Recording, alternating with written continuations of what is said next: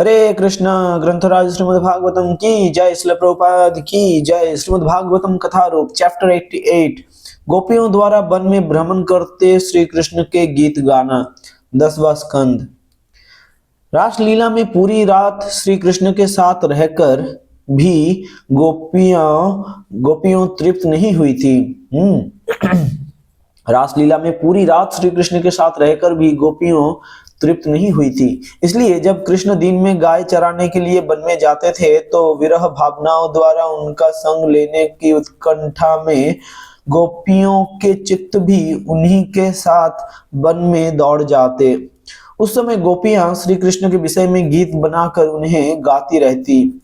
जब मुकुंद अपनी बाईं कोहनी को धरती पर रखकर लेट जाते हैं और उनका सिर उनके बाएं हाथ की हथेली पर रखा होता है तो उस समय अपनी कोमल उंगलियों से अपनी बांसुरी के छिद्रों को दबाते हुए वे मधुर संगीत निकालते हैं।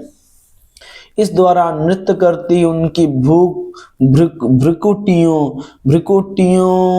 की छटा अत्यंत सुंदर प्रतीत होती है।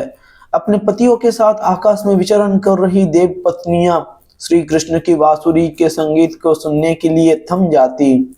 उस मधुर संगीत को सुनकर उन्हें अपने संगीत ज्ञान पर लज्जा होने लगती और अपने चित्त में कामुक विचारों को देखकर वे पानी पानी हो जाती।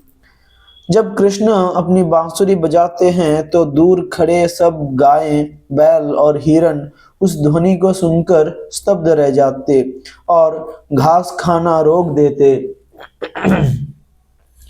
मुंह में पड़ी घास को चबाना रोककर जब वे ध्यान पूर्वक सुनने का प्रयास करते तो प्रतीत होता मानो वे कोई मूर्ति हो अथवा चित्र की छवियां हों। कई बार कृष्ण एक नायक की भांति अपना श्रृंगार करते और अपने सिर पर मोर पंख तथा शरीर को नाना रंगों से सजा लेते। जब कृष्ण गायों को पुकारने के लिए अपनी बांसुरी बजाते तो आनंदित होकर नदी बहना बंद कर देती और वह आतुरता पूर्वक बहती वायु द्वारा श्री कृष्ण की चरण कमलों की धूलि लाए जाने की प्रतीक्षा करती। घास चरते चरते दूर निकल चुकी गायों को पुकारते हुए अथवा जमुना तट पर विहार करते हुए जब श्री कृष्ण अपनी बांसुरी बजाते तो उस समय वृक्ष फलों फूलों से लदी अपनी शाखाओं को इस प्रकार झुका लेते मानो सम्मान पूर्वक उन्हें प्रणाम कर रहे हो। श्री कृष्ण के गले में पड़ी तुलसी मंजरियों की माला की सुगंध से मदमत्त भ्रमरों के झुंड श्री कृष्ण का पीछा करते।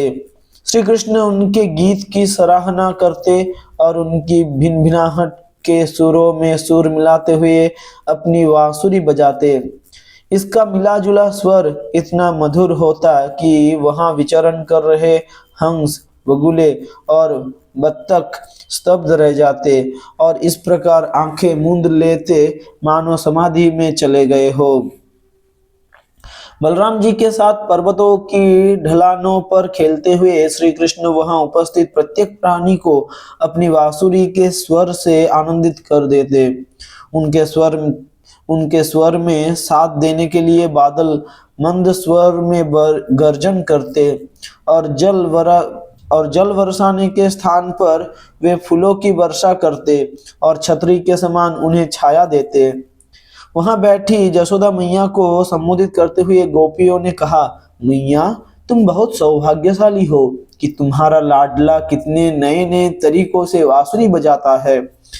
जब वह अपने लाल होठों से बांसुरी का स्पर्श करके उसके रागों को प्रसारित करता है तो ब्रह्मा, शिवजी, इंद्र तथा अन्य प्रमुख देवता उस ध्वनि को सुनकर भ्रमित हो जाते हैं। यद्यपि वे सब बड़े विद्वान हैं परंतु फिर भी वे कृष्ण की महानता को ना समझ पाने के कारण सिर झुकाकर ध्यान पूर्वक उसे सुनने का प्रयास करते हैं। शाम को घर लौटने के लिए श्री कृष्ण 108 झुंडों की गायों को पुकारते हैं जिनका वर्गीकरण उनके रंग के अनुसार किया गया है और उनका नाम लेते हुए अपनी 108 मणियों की माला पर उनकी गिनती करते हैं। घर लौटते समय वे एक साथ से बांसुरी बजाते और उनका दूसरा हाथ घर लौटते समय वे एक हाथ से बांसुरी बजाते और उनका दूसरा हाथ अपने सखा के कंधे पर होता। उस समय ब्रह्मा जी एवं शिव जी जैसे महान देवता उनकी संध्या वंदना करने के लिए मार्ग से हटकर एक और खड़े हो जाते। यशोदा मैया और गोपियां अत्यंत उत्सुकता पूर्वक श्री कृष्ण के वन से लौटने की प्रतीक्षा कर रही थी और अंततः जब श्री कृष्ण राजसी हाथी की मतवाली चाल में चलते हुए लौटे तो उनके प्रिय भक्तों ने सम्मान एवं प्रेम पूर्वक उनका स्वागत किया। हरे कृष्ण।